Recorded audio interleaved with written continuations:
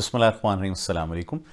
ایک بار پھر برطانیہ سے ایک نئے پروگرام کے ساتھ فرحان اسلم آپ سب کی خدمت میں حاضر ہے۔ آج کے پروگرام کرنے کی وجہ 3 خبریں بنی۔ اب 3 خبریں کون سی ہیں؟ تینوں خبروں کا تعلق ایک ہی شعبے سے ہے۔ پہلی خبر جو میں نے انصار عباسی صاحب کی دیکھی، دا نیوز میں آئی، اور اس خبر میں انہوں نے خط کا ذکر کیا ہے جو کہ خاتون ایڈیشنل ڈسٹرکٹ اینڈ سیشن جج ڈاکٹر ساجدہ احمد نے چیف جسٹس آف پاکستان کے نام لکھا ہے۔ اور یہ خط میں سمجھتا ہوں کہ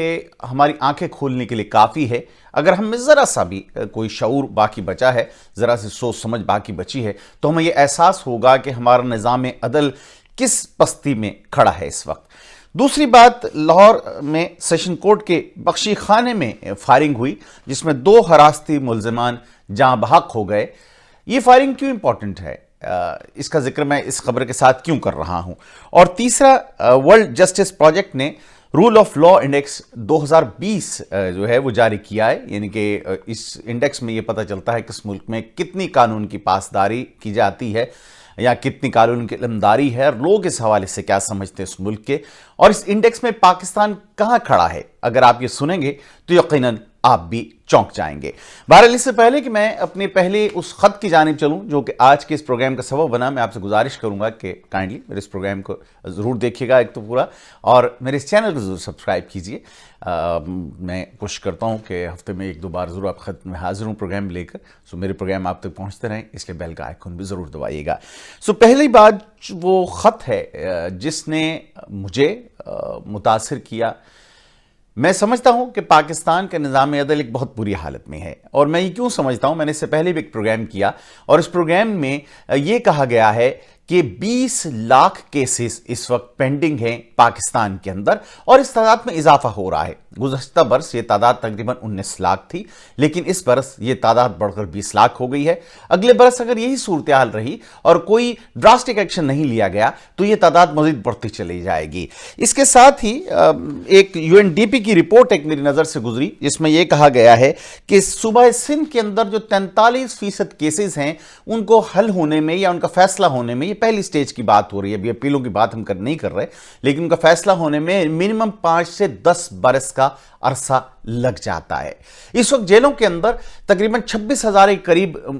جہاں پر ہم یہ سمجھتے ہیں کہ سزا یافتہ لوگ ہیں جو کچھ اعداد و شمار کے مطابق، تو اس سے دگنی تعداد میں قریباً وہ لوگ ہیں کہ جن کے مقدمے اس وقت عدالتوں میں زیر سماعت ہیں، اور بعض مقدمے ایسے بھی ہیں جو کہ 10 سال سے پرانے ہو گئے ہیں۔ سو ایک شخص اگر اپنی زندگی کے قیمتی 10 15 20 سال جیل میں گزار دیتا ہے، بعد میں پتہ چلتا ہے کہ وہ مقدمہ غلط تھا یا اس میں وہ بری ہو جاتا ہے یا مقدمہ جھوٹا تھا، تو پھر اس کے 20 سال کون واپس کرے گا؟ یہ ایک بہت چبھتا ہوا سوال ہے۔ لیکن آج کا جو سب سے پہلی چیز وہ خط ہے جو کہ پنجاب سے تعلق رکھنے والی ایڈیشنل ڈسٹرکٹ اینڈ سیشن جج ڈاکٹر ساجدہ احمد نے چیف جسٹس آف پاکستان کے نام لکھا ہے، اور جناب honourable chief justice Gulzar Ahmed صاحب کو انہوں نے یہ کہا ہے کہ عدلیہ کا حصہ بننے کے بجائے یہ بہتر ہوتا کہ میں گاؤں میں جانور پالتی اور پھر ان کے اوپلے تھوپتی، کیونکہ عدلیہ کا حصہ بننے کی وجہ سے انہیں وکلا کی گندی گالیاں اور توہین برداشت کرنی پڑتی ہے۔ جیسے افتخار چودھری صاحب جب ان کو اتارا گیا، ہٹایا گیا مشرف صاحب کی جانب سے، اور ایک وکلا تحریک ہمیں دیکھنے کو ملی اور پورے پاکستان کے وکلا قانون کی علمداری کے لیے اکٹھے ہو گئے، لیکن اس کے بعد پھر افسوس یہ ہوا کہ ایک نیا لفظ مجھے ہمارے پریس میں دکھائی دیا، اور وہ لفظ تھا وکلا گردی کا۔ کئی جگہوں پر ہم نے دیکھا کہ یہ وکیل، ظاہر سارے نہیں لیکن ان کا ایک حصہ، شاید ایک بڑا حصہ، قانون کی دھجیاں بھی گھیرتا ہمیں دکھائی دیا۔ مکانوں پہ قبضوں سے لے کر کتنے غیر قانونی کام ایسے نہیں ہیں جس میں وکلاء کو مبینہ طور پر کہا گیا کہ ملوث ہیں۔ اور پھر ہم نے ایک شرمناک اس کا سلسلہ یہ دیکھا کہ لاہور میں ایک اسپتال کے اوپر وکلاء کے جتھوں نے حملہ کر دیا، اور پھر کیا ہوا یہ سارے ٹیلی ویژنز نے آپ کو براہ راست دکھایا، لیکن مجھے اب تک یہ نہیں معلوم ہوا کہ شاید کہ کسی وکیل کو اس میں سزا ہوئی ہو۔ سو وکیل جج عدالتوں کے اندر کیا کرتے ہیں؟ ججوں کو تھپڑ مارے گئے، ان پہ کرسیاں اچھالی گئیں اور انہیں برا بھلا کہا گیا۔ میں یہ سمجھتا تھا کہ یہ آئسولیٹڈ واقعات ہیں، یعنی کبھی ایک آدھ واقعہ ہو جاتا ہے مہینوں کے بعد، اور پریس میں آتا ہے، لیکن آج یہ خط پڑھنے کے بعد مجھے احساس ہوا کہ یہ ایسا نہیں ہے۔ چیف جسٹس آف پاکستان جو کہ بہت درس دیتے ہیں، بلکہ تمام جتنے ہمارے جج صاحبان ہیں، خواہ وہ ہائی کورٹس کے ہوں یا سپریم کورٹس کے ہوں، وہ مختلف مقدمات میں جب رولنگ دے رہے ہوتے ہیں تو لگتا یہ ہے کہ جہاں پر ہمارے کورٹس کے اندر دودھ اور شہد کی نہریں بہہ رہی ہیں اور باقی تمام علاقوں میں یا تمام شعبوں میں معاملات بہت خراب ہیں اور ان پر تنقید کی جاتی ہے، یا یہ کہا جاتا ہے کہ جناب لو جی حکومت بہت زیادہ ناکام ہو گئی ہے، یا اس نے یہ کام ٹھیک نہیں کیا، اس نے یہ وہ کام ٹھیک نہیں کیا، لیکن مجھے افسوس سے یہ کہنا پڑتا ہے کہ آپ کی ناک کے نیچے جو معاملات چل رہے ہیں وہ انتہائی ابتر ہیں اور انتہائی میں سمجھتا ہوں کہ پستی کا شکار ہے۔ اس سے مزید برا ہونا شاید ان کے لیے ممکن نہیں ہے، اور اس کا ادراک ہمیں اس بات سے ہوتا ہے کہ ہماری خاتون جج یہ کہہ رہی ہیں کہ انہیں نام نہاد وکلا کی گندی گالیاں اور توہین روزانہ کی بنیاد پر برداشت کرنی پڑتی ہے، اور یہ آئسولیٹڈ معاملہ نہیں ہے۔ ان کا یہ کہنا ہے کہ گزشتہ کچھ عرصے کے اندر 1 درجن سے زائد جج صاحبان جو ہیں وہ موت کا شکار ہو گئے ہیں، جاں بحق ہو گئے ہیں۔ کہا تو گیا قدرتی طور پر، لیکن ابھی کچھ عرصہ پہلے کا ایک جج کا ذکر انہوں نے کیا کہ انہیں برین ہیمریج ہوا اور وہ فوت ہو گئے، یعنی کہ جو توہین جو ان کو برداشت کرنی پڑتے ہیں روزانہ، اس سے اتنا زیادہ ذہنی دباؤ بن جاتا ہے ججز کے اوپر کہ بلا آخر وہ ان کی دماغ کی شریان پھٹ گئی اور وہ موت کے گھاٹ اتر گئے۔ سو بالواسطہ طور پر اس کا خون میں سمجھتا ہوں کہ ان وکلا اور پھر ہمارے ہائی کورٹس کے چیف جسٹس صاحبان اور پھر سپریم کورٹ کے چیف جسٹس صاحب کے دامن پر ہے، اور وجہ یہ ہے کہ آپ ویسے تو ظاہر ہے بات کرتے ہیں قانون کی علمداری کی، لیکن آپ وکلا کے آگے اتنے بے بس دکھائی دیتے ہیں کہ آپ انہیں سزا نہیں دے سکتے۔ یہ روزانہ کا وتیرہ ہے، لیکن آپ آنکھیں موندے بیٹھے رہتے ہیں، خواہ وہ جسٹس گلزار صاحب ہوں یا ہمارے معزز چیف جسٹس صاحبان جو ہائی کورٹس کے ہیں وہ ہوں۔ میری بات آپ کو بہت بری لگے گی، شاید آپ سمجھیں کہ توہین عدالت ہے، لیکن یہ توہین ججوں کی روزانہ ہوتی ہے، جو انہیں گالیاں دی جاتی ہیں، وہ تو توہین عدالت کے زمرے میں نہیں آتا، کیونکہ دوسرے وکلا ہیں جن سے شاید آپ بہت ڈرتے ہیں۔ میرا جملہ بہت سخت ہے، لیکن مجھے تو یہی لگتا ہے کہ گزشتہ کئی برسوں سے میں یہ دیکھ رہا ہوں کہ ایک کے بعد ایک ایسے واقعات ہوئے اور ان کے تدارک کے لیے کوئی سخت قدم نہیں اٹھایا گیا، اور صورتحال یہ پہنچی کہ ہماری بہن کو، ہماری قابل احترام جج کو، چیف جسٹس آف پاکستان کو ایک خط لکھنا پڑا۔ انہوں نے افسوس کا اظہار کیا کہ ان کے سینئرز نے ضلعی عدلیہ کے ججوں کو توہین سے بچانے کے لیے کچھ نہیں کیا، اور اس کے علاوہ انہوں نے کہا کہ اگر مجھے عدالت میں خاتون جج کی حیثیت سے نام نہاد وکلا سے توہین اور گندی گالیاں برداشت کرنا ہے تو اس سے بہتر تھا کہ میں زندگی کے 25 سال اعلیٰ تعلیم کے حصول کے بجائے عام پاکستانی لڑکی کی طرح 20 سال کی دہائی میں شادی کر لیتی اور اپنے والدین کا قیمتی وقت اور پیسہ 15 سال تک اسلام آباد میں اعلیٰ تعلیم کے حصول کے لیے برباد نہ کرتی۔ یہ انہوں نے کہا کہ جب لاہور تشخص کو ہمارے وکلا کے اور قانون کے اس وقت دنیا نے خراب ہوتے دیکھا جب لاہور بار ایسوسی ایشن کے وکلا نے پاکستان انسٹیٹیوٹ آف کارڈیالوجی پر اس وقت حملہ کیا جب وہاں دل کے مریضوں کی جان بچائی جا رہی تھی۔ اس کے علاوہ انہوں نے کہا ہے کہ اگر چیف جسٹس صاحب کچھ نہیں کر سکتے تو پھر انہیں جو جج ہیں ان کو سیکرٹری جنرل اقوام متحدہ، یورپی کمیشن برائے human rights, Amnesty international, human rights watch commission, international ایسوسی ایشن فار ویمن ججز، مین اینڈ ویمن ججز، انٹرنیشنل بار ایسوسی ایشن اور آف لائرز میں درخواست دائر کرنا پڑے گی، کیونکہ پھر وہی جو روزانہ کو بنیادوں پر ان کو کہہ رہے ہیں کہ جو ان کے ساتھ بدتمیزی کی جاتی ہے، مختلف ججز صاحبان کے ساتھ بدتمیزی کی جاتی ہے، پھر اگر ہمارے جو عدلیہ ہے، اعلیٰ عدلیہ ہے، وہ اگر سیشن کورٹس کے ججز کی عزت کی حفاظت نہیں کر سکتی تو پھر ظاہر ہے کہ ان کو بین الاقوامی سطح پر دیکھنا ہوگا۔ اس کے علاوہ انہوں نے کہا ہے کہ کیوں ایسا نہیں ہوتا کہ غیر پیشہ ورانہ جو وکلا ہیں ان کے خلاف تعزیرات پاکستان کے سیکشن 228 کے تحت توہین عدالت کی کارروائی نہیں ہوتی، کیوں ایسا نہیں ہوتا کہ یہ کارروائی ہو۔ اس کے علاوہ انہوں نے کہا ہے کہ ججز کو گالی دی جاتی ہے، دھمکایا جاتا ہے، مارا پیٹا جاتا ہے، اور ایسے جو وکلا ہیں ان کے خلاف جو ہراسگی کا کیس ہے وہ کیوں نہیں کیا جاتا کہ مقام کار پہ ہراسگی کا کیس یعنی کام کی جگہ کے اوپر انہیں ہراساں کرنے کی بات کی جاتی ہے۔ انہوں نے کہا کہ 1 درجن سے زائد نوجوان پرجوش ضلعی عدالتوں کے جج صاحبان کو ہلاک کیا جا چکا ہے، لیکن کسی نے اس ہلاکت پر کوئی توجہ نہیں دی، اور نوجوان سینئر سول جج پاک پتن کے جناب جج مسٹر بدی الدین زما صاحب کا، جس کا میں ابھی جن صاحب سے ذکر کر رہا تھا کہ جن کا برین ہیمریج ہو گیا، ان کا ذہنی ٹارچر ہے، اور اگر یہ ٹارچر چلتا رہا تو میں استعفیٰ دینے پہ مجبور ہو جاؤں گی، اور میں مجبور مجبور ہوں کہ میں اپنی تعلیمی اسناد کو ایک ایک کر کے عزت مآب لاہور ہائی کورٹ کے سامنے نظر آتش کر دوں یا پھر احتجاجاً سپریم کورٹ کے سامنے، تاکہ 23 کروڑ عوام میں خواتین کو اتنا حوصلہ ملے کہ وہ آئیں اپنے جوش ایمان کے ساتھ کسی کی بہن، بیٹی، بیوی یا ماں بن کر اپنے وقار اور تقریم کے ساتھ اس عظیم قوم کی خدمت اس پیشے میں رہتے ہوئے کر سکیں جس کی اب قدر نہیں رہی ہے۔ یہ خط جو ہے آئی تھنک کہ اس بات کی غمازی کرتا ہے کہ وکلا حضرات جو قانون کی پاسداری کا جنہوں نے حلف اٹھایا ہوتا ہے اور جو میں سمجھتا ہوں قانون کو سب سے زیادہ سمجھتے ہیں، اس میں ایک طبقہ ایسا پیدا ہو گیا ہے کہ جو طبقہ قانون شکنی کو اپنا حق سمجھتا ہے اور وہ یہ سمجھتا ہے کہ وہ قانون توڑ دیں گے تو ان سے کوئی باس پرس نہیں ہوگی، اور ہوا یہی ہے ماضی کے اندر۔ جو کچھ بھی وہ کر لیں کوئی ان سے باس پرس نہیں کی جاتی۔ جج صاحبان بھی شاید آنکھیں کتراتے ہیں ان سے اعلیٰ عدالتوں کے، اور اگر رسمی سی کارروائی کسی خلاف ہو بھی تو وہ بھی ظاہر ہے کہ معطلی کی شکل میں ہوتی ہے جو کچھ عرصے کے بعد ختم ہو جاتی ہے۔ میرے علم میں نہیں ہے کہ کسی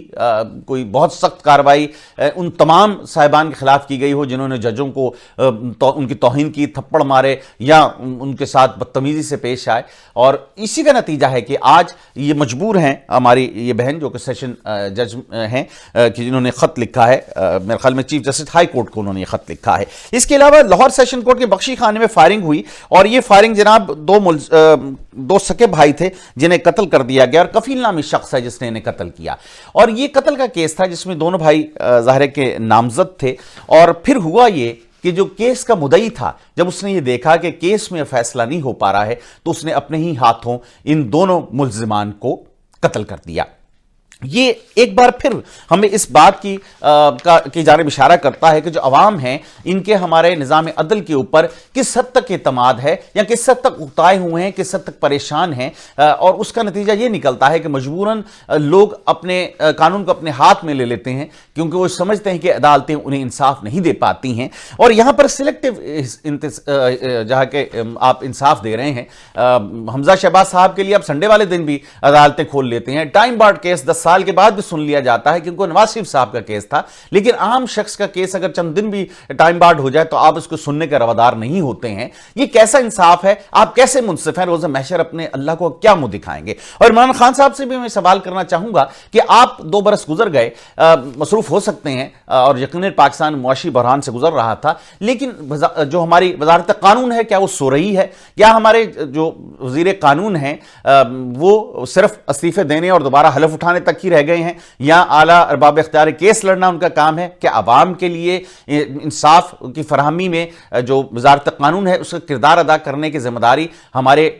وزیر پر نہیں آتی ہے؟ انہوں نے کیا کیا اس 2 برس کے اندر؟ بظاہر تو ہمیں یہ لگتا ہے کہ آپ کی حکومتی کارکردگی انتہائی ناقص ہے۔ میں آپ کی بہت زیادہ حمایت کرتا رہا ہوں بہت ساری چیزوں میں، اور ابھی میں سمجھتا ہوں کہ جہاں پہ آپ مثبت کام کریں گے میں آپ کی ضرور حمایت کروں گا، لیکن عدلیہ کے اندر جو صورتحال ہے وہ افسوسناک ہے، اور آپ کی حکومت آنے کے بعد وہ صورتحال مزید ابتر ہو گئی ہے۔ اس وقت World Justice Project Rule of Law Index 2020 جاری ہوا ہے۔ اس کے مطابق پاکستان کی ریٹنگ 2020 میں گر کر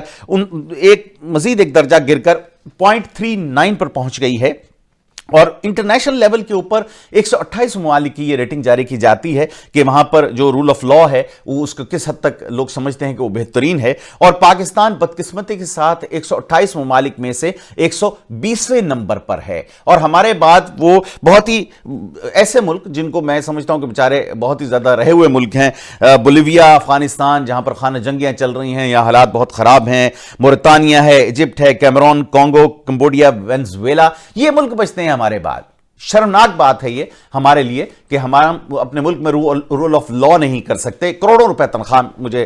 کسی نے کہا کہ ہمارے جج صاحبان کی ہے سپریم کورٹ کے، اگر واقعی اس میں حقیقت ہے تو آپ یہ ضرور سوچئے گا کہ کیا آپ یہ تنخواہ لینا جسٹیفائی کرتے ہیں؟ میں نہیں سمجھتا ہوں، کیونکہ آپ کو جو ادارے ہیں اس کے اندر کوئی تبدیلی ہمیں نہیں دکھائی دیتی۔ ایک جو فگرز ہیں ان کے مطابق 5 سے 10% صرف کیسز کا فیصلہ ہو پاتا ہے